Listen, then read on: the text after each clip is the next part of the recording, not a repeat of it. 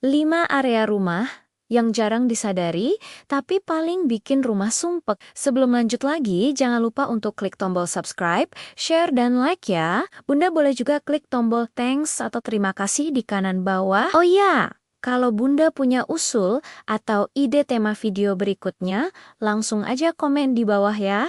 Makasih, dan kita lanjut sekarang. Halo Bunda semua. Ada momen ketika rumah kelihatan baik-baik saja, tapi dada rasanya penuh, langkah terasa berat, dan mata capek duluan sebelum duduk. Seolah rumah ikut nambah beban hidup tanpa bilang permisi. Padahal niatnya cuma mau istirahat. Bukan ditanya kenapa belum beberes lagi. Dan lucunya, rumah nggak ngomel apa-apa, tapi kita yang langsung lelah duluan. Fenomena ini sering banget kejadian, rumah nggak kecil, barang juga bukan baru kemarin datang, tapi kok rasanya makin kesini makin sumpek, kayak hidup yang isinya cuman mindahin barang dari satu tempat ke tempat lain, niatnya cuma naruh sebentar, jadi menetap. Katanya rapi asal nggak kelihatan. Padahal mata bisa bohong. Tapi pikiran gak pernah benar-benar lupa. Akhirnya tiap sudut, rumah diam-diam jadi tempat numpuk capek. Dan disitulah kita mulai sadar, yang bikin sesak itu bukan cuma barang, tapi keputusan kecil yang ditunda. Rasa sayang yang kebanyakan, dan kebiasaan menaruh beban di tempat yang salah, sambil ketawa tipis bilang nanti aja, besok aja, padahal hati sudah minta ruang sekarang juga. Karena rumah itu harusnya jadi tempat pulang, bukan tempat ngumpulin lelah.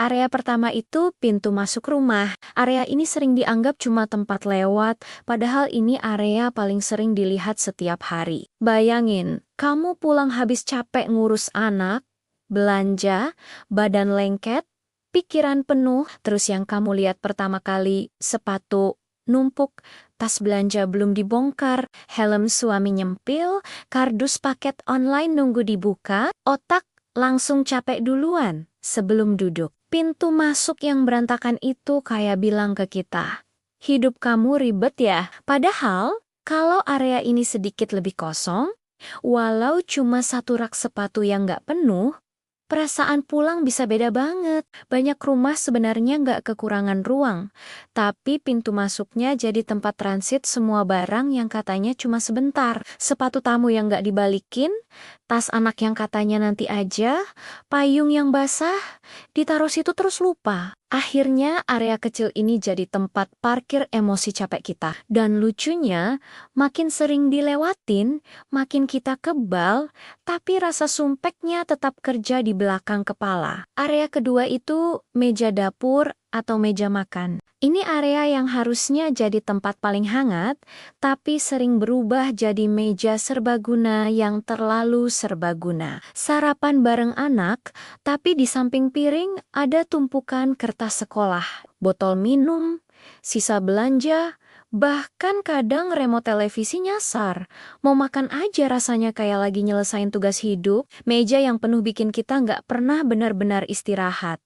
Karena mata terus lihat hal yang belum selesai. Sering kali meja ini jadi korban kalimat nanti aja diberesin. Habis masak capek, habis makan capek. Akhirnya barang numpuk pelan-pelan. Satu hari kelihatan biasa, tapi seminggu kemudian kok meja nggak pernah kelihatan kosong lagi? Secara psikologis, meja penuh itu bikin otak ngerasa hidup penuh PR. Padahal cuma dengan ngosongin sebagian. Energi rumah bisa langsung berubah. Area ketiga itu bagian atas lemari. Ini area aman karena nggak kelihatan, tapi justru paling licik. Barang yang nggak kepakai, koper, kardus bekas, kipas rusak, bantal cadangan, semua naik ke sana. Kelihatannya rapi dari bawah.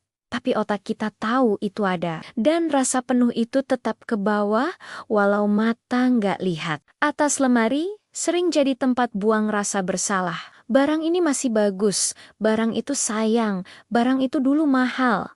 Akhirnya ditaruh di atas dengan harapan suatu hari akan kepakai. Tapi kenyataannya, bertahun-tahun cuma jadi beban visual yang nggak disadari. Dan tiap kali bersih-bersih, kita pura-pura lupa area itu ada. Area keempat itu sudut-sudut kecil yang katanya cuma sementara. Pojokan dekat pintu, samping kulkas, belakang sofa, bawah tangga. Barang kecil, kardus kecil, keranjang kecil, tapi jumlahnya bikin kesel. Sudut ini sering kita anggap nggak penting, tapi justru karena kecil, dia cepat penuh. Dan rumah terasa sumpek bukan karena ruang besar, tapi karena sudut-sudut ini nggak pernah lega. Contohnya, satu sudut isinya galon kosong, nunggu ditukar, kardus belanja online, mainan anak yang nyasar. Kelihatannya sepele, tapi tiap lewat mata nangkep. Lama-lama otak capek tanpa sadar. Sudut kecil yang dibiarkan itu kayak debu emosional yang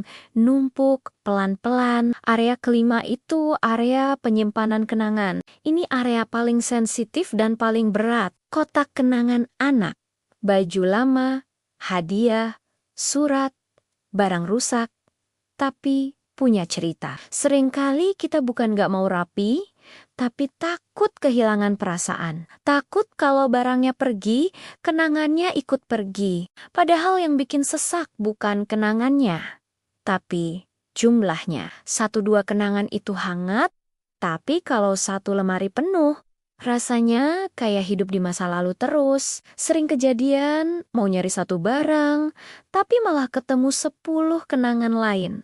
Akhirnya capek sendiri. Area ini kalau terlalu penuh, bikin kita susah hadir di hari ini. Banyak ibu-ibu nyimpan kenangan sambil bilang, nanti aja aku pilah kalau ada waktu. Tapi waktu jarang datang.